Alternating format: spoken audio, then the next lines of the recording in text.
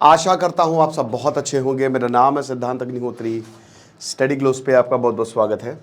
दोस्तों, मोहम्मद यूनुस जाने वाले हैं बहुत जल्द। इसकी घोषणा तो वैसे भी हो ही गई थी। एक तरीके से आर्मी ने, वकारुज़्ज़मान ने बोल ही दिया था कि तख्ता पलट कर देंगे और वार्निंग भी दे दी थी। तो अब मोहम्मद यूनुस, जो कि अमेरिका का ही एक एसेट है, तो इसको और टाइम चाहिए। 2026 में इलेक्शन करवाना चाहते हैं। दिसंबर में या उससे पहले इलेक्शन होने हैं इसी साल बांग्लादेश में। लेकिन ये कह रहे हैं कि नहीं नहीं नहीं नहीं, मुझे 2026 तक रहना है क्योंकि मुझे थोड़ा सा और टाइम चाहिए। अभी पॉलिटिकल कियोस में डूबा हुआ है मोहम्मद यूनुस और बांग्लादेश। तो बात करेंगे दोस्तों इन सारी चीज़ों की। क्या इस समय कंडीशन है बांग्लादेश की। चाणक्य नीति दोस्तों ऑफर हमने आज और कल के लिए निकाला है। ये 300 रुपये का मात्र कोर्स है। ये सारे टॉपिक्स मैंने पढ़ा है, आपको बहुत ज़्यादा फायदा होगा। डिस्क्रिप्शन कमेंट बॉक्स में लिंक दिया है। तो मोहम्मद यूनुस जो हैं वो बहुत बुरा फंस गए हैं। अब देखिए, ये होना ही था। आपको पता है कि मोहम्मद यूनुस, इसको मिला था नोबेल प्राइज इन इकोनॉमिक्स। इकलौता बांग्लादेशी जिसको नोबेल प्राइज मिला। ग्रामीण बैंक इसने स्थापना की, लेकिन वो अमेरिका का ही एसेट है। ये इसने इसको अमेरिका नहीं पाला पोसा। इसको जो भी फंडिंग आती है उसमें जॉर्ज सोरोस का नाम है। बांग्लादेश में जो भी हुआ है दोस्तों, उसमें अमेरिका ने ही, वो CIA ने करवाया है, राइट।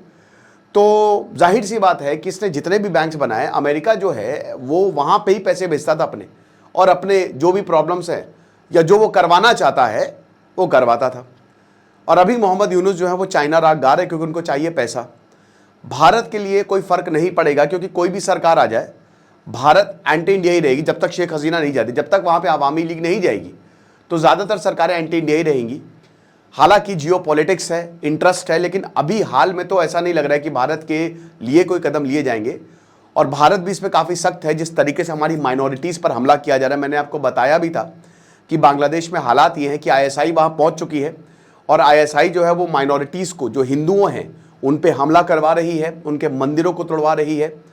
जानबूझ के प्रोपागेंडा जो बहुत ISPR इनकी करती है वो फैला रही है। इधर बॉर्डर पे ISI जो है वो जा रही है, ज़मीनों पे कब्जा कर रही है। और औरतें जो है, हमारी जो औरतें, हिंदुओं की औरतें हैं, माइनॉरिटीज़ की, वहाँ पे जो भी उनको खतरा, उनकी आबरू को खतरा है, उनको उठाया जा रहा है।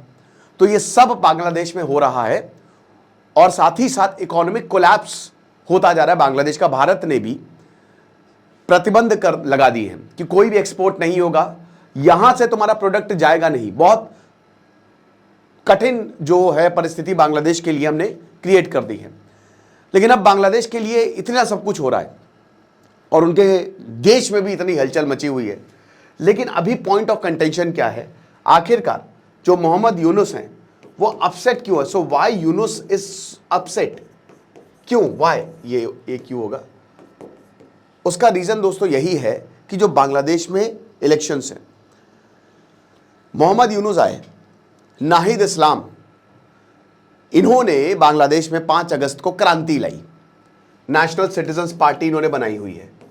और ये किस तरीके के आदमी हैं आपने देख ही लिया कि उधर माइनॉरिटीज़ मर रहे थे, तो पूरा प्रोपागेंडा था, सब बकवास है, सब ढोंग था। ये रेवोल्यूशन और क्रांति कुछ नहीं थी। ये बांग्लादेश और बर्बाद हो गया। रिफॉर्म्स लाने की बात की थी यहाँ पे यूनुस ने बोला था कि हम रिफॉर्म्स लाएंगे, ठीक है, और तगड़े रिफॉर्म्स लाएंगे, वेरियस सेक्टर में रिफॉर्म्स लाएंगे। लेकिन इतना आसान है नहीं। मोहम्मद यूनुस जैसा ही आता है, वो एक पपेट था। जाशिमुद्दीन जो अंसारुल्लाह का मेन हेड, उसको छोड़ दिया जाता है। जमात उद दावा यहाँ पे एक्टिव हो जाता है। BNP यहाँ पे एकदम से एक्टिव हो जाती है। ISI एक्टिव हो जाती है। इनके जो जनरल्स हैं, जो रिटायर्ड जनरल्स, वो ऊल जलूल बयान देते हैं। तो एक चीज़ पक्की थी कि बांग्लादेश में रिफॉर्म तो आप छोड़ दीजिए, शेख मुजीबुर रहमान से यादें मिटाई जाती हैं। ये एक अंधकार के युग में जा रहे हैं, इनका रास्ता ही गड़बड़ हो गया है। रिफॉर्म्स तो कभी होने ही नहीं थे। तो ये प्रॉब्लम है। मोहम्मद यूनुस ने जो बोला था वो हुआ ही नहीं, बल्कि बांग्लादेश की इकॉनमी जो है वो और गर्त में चली गई। अब यहां पे यूनुस ने बोला था कि 1 साल मेरा कंप्लीट हो गया है, मतलब 1 साल का, 1 साल तो नहीं, लेकिन काफ़ी जो रिफॉर्म्स है, रिक्वायर्ड रिफॉर्म्स है, वो कंप्लीट हो गया। एडमिनिस्ट्रेशन, जुडिशरी, इलेक्शन कमीशन और electoral system, law and order की जो इन्फॉर्मेशन की फ्लो सिस्टम है, वो free, fair and inclusive election जो है वो होंगे। अब देखिए एक चीज़ समझिए, ये कह रहे हैं कि एडमिनिस्ट्रेटिव जुडिशरी में रिफॉर्म पूरा हुआ है ना, इन्होंने इसको और ज़्यादा ख़त्म किया है, इन्होंने कर्टेल कर दिए हैं, इन्होंने राइट्स जो हैं वो और ज़्यादा सख्त हो गए हैं। अब आप नहीं बोल सकते पब्लिकली ये डेमोक्रेसी खाली बांग्लादेश नाम की रह गई है। तो इनसे ये अब एक्सपेक्ट किया गया, क्योंकि आप इलेक्शन करवाइए, जल्द से जल्द इलेक्शन करवाइए। अब बांग्लादेश की पॉलिटिकल क्राइसिस जो है वो इस हफ्ते और ज़्यादा एस्केलेट हो गई जब राइवल पार्टीज़ की मीटिंग हुई और उन्होंने बोला कि भैया देखो, अगर तुम इलेक्शन नहीं कर पा रहे हो तो हमको बता दो। तो मोहम्मद यूनुस का कोई जवाब नहीं था। उसके बाद ये लोग सड़कों पे उतर आए, ढाका पे सड़कों पे प्रोटेस्ट हो रहे हैं कि डिमांड्स जो हैं वो कंप्लीट नहीं की गई। नाहिद इस्लाम बताते हैं 22 मई को, यानी कि परसों, बोलते हैं कि बहुत ही मैं विजिबली अपसेट हूँ और मुझे लगता है कि जब तक रिफॉर्म्स नहीं हों, ठीक है, only after completion of reforms elections होने चाहिए। और यहाँ पे मोहम्मद यूनुस ने रिफॉर्म्स तो किए ही नहीं है। उसके बाद ये कहते हैं कि अगर मान लीजिए कि ये काम नहीं कर पा रहे, जो कि नहीं कर पा रहे, तो हमको आप दीजिए ना। आप अगर काम, आप इनकॉम्पिटेंट हैं, तो अगर आप इनकॉम्पिटेंट हैं तो हमको करने दीजिए आप काम, हम आके काम करेंगे। समझ रहे हैं? तो एक तरीके से जो डिमांड्स हैं और जो डिफरेंट पॉलिटिकल पार्टीज, अब देखिए बांग्लादेश में कोई चारा कट्टरता है, कोई चारा रिफॉर्म है, सभी चारे कट्टरता है और यहाँ पे सत्ता के लिए लड़ाई छिड़ गई। लेकिन इसमें चाइना का और अमेरिका का हाथ है दोस्तों, मुझे ऐसा लग रहा है ये बड़ी पावर्स ये सब करवा रही हैं, ठीक है। तो अब पब्लिक जो है वो परेशान हो गई है। तो इसीलिए मोहम्मद यूनुस बहुत ज़्यादा अपसेट है कि करे तो करे क्या, बोले तो बोले क्या। भाई रिफॉर्म्स मैं कर नहीं पाया, इलेक्शंस के लिए लोग सड़कों पे आ गए हैं, इलेक्शन दिसंबर में होने हैं या उससे पहले होने हैं, तो क्या करें। अब दोस्तों इसी दौरान क्या हुआ कि इनके बहुत ही इंपॉर्टेंट 22 में, ये वो जाशिमुद्दीन नहीं है, दूसरे हैं, फॉरेन सेक्रेटरी जाशिमुद्दीन ने स्टेप डाउन कर दिया, ये इस्तीफा दे दिए। अगले जो हैं वो मोहम्मद यूनुस होने वाले हैं और इन्होंने इस्तीफा दे इसलिए दिया क्योंकि मेरी बात मानी नहीं जाती है, मैं पब्लिक डिमांड्स को आगे रख रहा हूं और मोहम्मद यूनुस वो मान नहीं रहे हैं। लो, हो गया खेल। अमेरिका के जो एम्बेसडर हैं असद असलाम सियाम, वो अब अगले फॉरेन सेक्रेटरी होने वाले हैं अमेरिका के। आप देख सकते हैं ना, अब देखिए वही मैं बता रहा हूं कि सब CIA ने करवाया है। और अभी चाइना का फैक्टर बहुत इंपॉर्टेंट है। शायद मोहम्मद यूनुस अब अमेरिका के काम के रहे नहीं हैं क्योंकि चाइना का फैक्टर आ गया है। और नाहिद इस्लाम भी मुझे लग रहा है कि अमेरिका से कॉन्टैक्ट में है, हमारे 110% है। क्योंकि आप ये देखिए कि चाइना घुस रहा है बहुत तगड़े तरीके से, बांग्लादेश में घुस रहा है। और अगर चाइना घुसेगा तो जो वेस्टर्न फ्रंट अमेरिका ने चाइना के खिलाफ खोला है वो खतरे में आ जाएगा। भारत की एक्ट ईस्ट पॉलिसी खतरे में आ जाएगी। अमेरिका भारत से कोई प्यार नहीं करता है। अमेरिका भारत को चाइना के खिलाफ खड़ना चाहता है, लेकिन वो हाल नहीं करना चाहता जो उसने चाइना का किया। अमेरिका ने चाइना की बहुत मदद की थी 1980s के बाद, और आज चाइना अमेरिका के सर पे बैठ गया है। तो उसको पता है कि अगर भारत में तो और ज़्यादा कैपेबिलिटी है, तो अगर हमको लिमिटेड ही मदद करनी है, हमको उतनी मदद नहीं करनी है कि इंडिया नेक्स्ट सुपर पावर हो जाए, क्योंकि अमेरिका पापा है, वो अपना वर्चस्व बनाना चाहता है। तो आप क्रोनोलॉजी देखिए या थोड़ा सा आप डॉट्स को कनेक्ट करिए।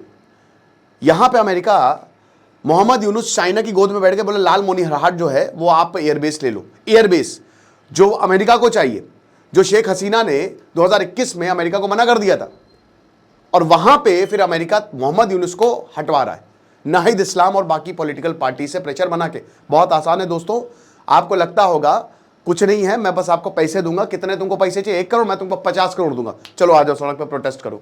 झक मार के आप पूरे परिवार खानदान को लेके आओगे कि हाँ भैया 50 करोड़ मिले, प्रोटेस्ट करो। अमेरिका के पास पैसे की कमी नहीं है। CIA बहुत बहुत साम दाम दंड भेद, सबसे खतरनाक लोग होते हैं ये इंटेलिजेंस एजेंसीज वाले।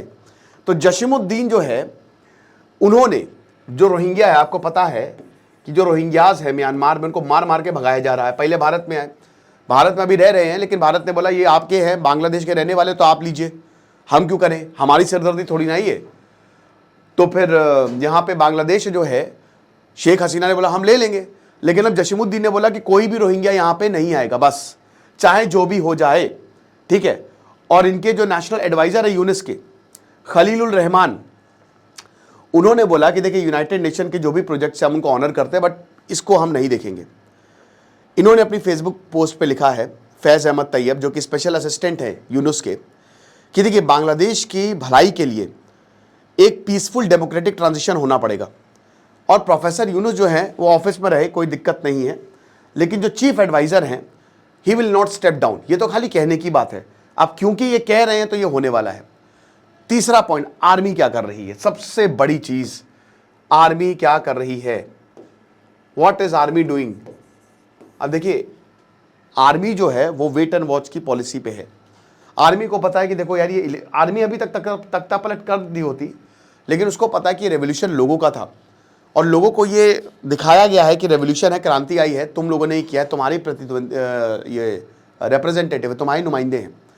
तो वकार उस जमान ने बोला है कि हर हाल में दिसंबर में इलेक्शन कराओ, अभी ढाका में, और उन्होंने धमकी भी दी थी कि देखो अगर नहीं होगा तो हम देख लेना फिर तुम। और आर्मी चीफ ने यह भी बोला है कि न्यूट्रलिटी मेंटेन करिए और इलेक्टोरल ड्यूटीज जो है अपनी परफॉर्म करिए। और मिलिट्री कू की बात की थी, अगर ऐसा नहीं होगा तो मिलिट्री आ जाएगी, फिर डंडे मारेगी, हमसे मत कहिएगा। 25 फरवरी को इन्होंने ये बात बोली थी। और मिसक्रिएंट्स की बात बोली थी कि मिसक्रिएंट्स जो है वो अनस्टेबिलिटी क्रिएट कर रहे हैं। अब वकार ज़माना आपको पता ही है, इनके खिलाफ लगभग तख्ता पलट हो ही गया था, भारत आया था।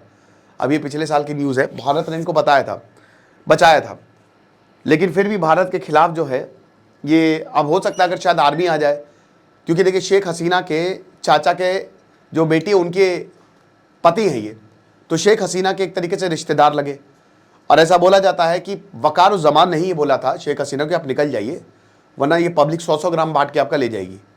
तो शेख हसीना तुरंत भागी थी, कुछ भी पैक नहीं किया था, हेलीकॉप्टर आया और भारत ने फिर उनको असाइलम दिया, जो कि देना भी चाहिए था, वो ज़रूरी भी था। अब सबसे बड़ी बात भारत पे क्या है, भारत देखिए, भारत के टाइज बहुत ख़राब हो गए बांग्लादेश के। उधर चाइना बैठा हुआ है, चाइना जो है वो लगातार बांग्लादेश में घुसने की कोशिश कर रहा है। और अभी तो इंडिया को ये समझ में आ गया कि लॉन्ग टर्म गेम चलेगा, जब तक अवामी लीग नहीं आएगी तब तक कुछ नहीं होगा। हमको कॉवर्ट ऑपरेशंस तो बांग्लादेश में चलाने ही पड़ेंगे। और फिलहाल यही है कि अगर कोई ऐसी सरकार आ भी जाती है तो मुझे नहीं लगता कि भारत को कोई फ़र्क पड़ेगा, क्योंकि भारत के साथ संबंध अच्छे नहीं है बांग्लादेश के, ठीक है। लेकिन एक चीज़ समझनी है कि बांग्लादेश भारत से सबसे लंबा बॉर्डर शेयर करता है। अगर भारत ने पाबंदियां लगा दी, अभी भी भारत ने मान के चलिए कि सिर्फ 20% ही किया बांग्लादेश जो पाबंदियां हैं, फुल फ्लेज अगर भारत अपने पे आ गया तो बांग्लादेश की बैंड बच जाएगी। तो ये भी है कि इकोनॉमिक हालात बहुत ख़राब है, उसके लिए हमको भारत से संबंध अच्छे बनाने पड़ेंगे, तो देखना पड़ेगा। लेकिन फिलहाल अगले 2-3 महीने में आप ये मान के चलिए कि बांग्लादेश में तख्ता पलट होगा। बाकी आप हमारे चाणक्य नीति के शानदार कोर्स को अवेल करिए। आचार्य चाणक्य ने बहुत कुछ बताया है। खुश रहिए, पढ़ते रहिए। जैसे सिद्धांत अग्निहोत्री साइनिंग, और चैनल को सब्सक्राइब करें। Thank you so much.